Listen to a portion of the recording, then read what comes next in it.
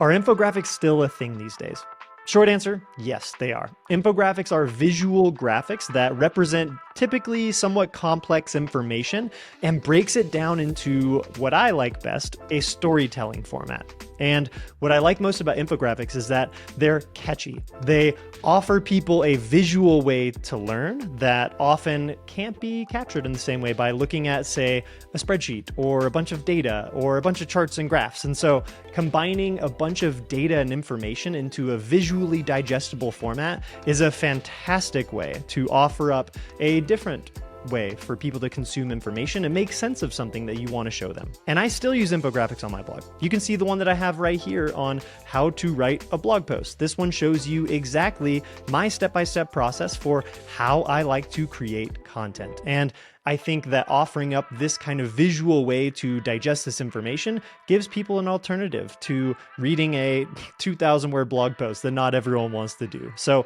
essentially, you're offering up more options for ways that people can interact with your content. And when you add in layers of, say, video, infographics, and written blog posts, you're covering a lot of different bases there. So are infographics still worth it today?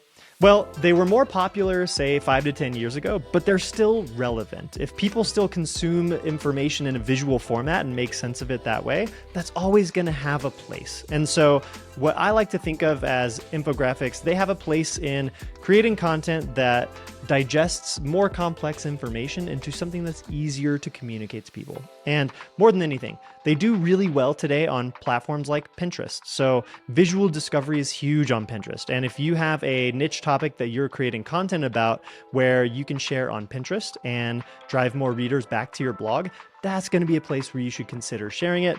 And be sure to check out tools like Canva. Infographics are somewhat time consuming to make in many cases, but now tools like Canva give you an opportunity to make them without using more complex Adobe Photoshop or Illustrator tools, and you can make them a little bit faster. There's templates you can start with, and it's a great way to, again, offer up another way for readers to interact with your content.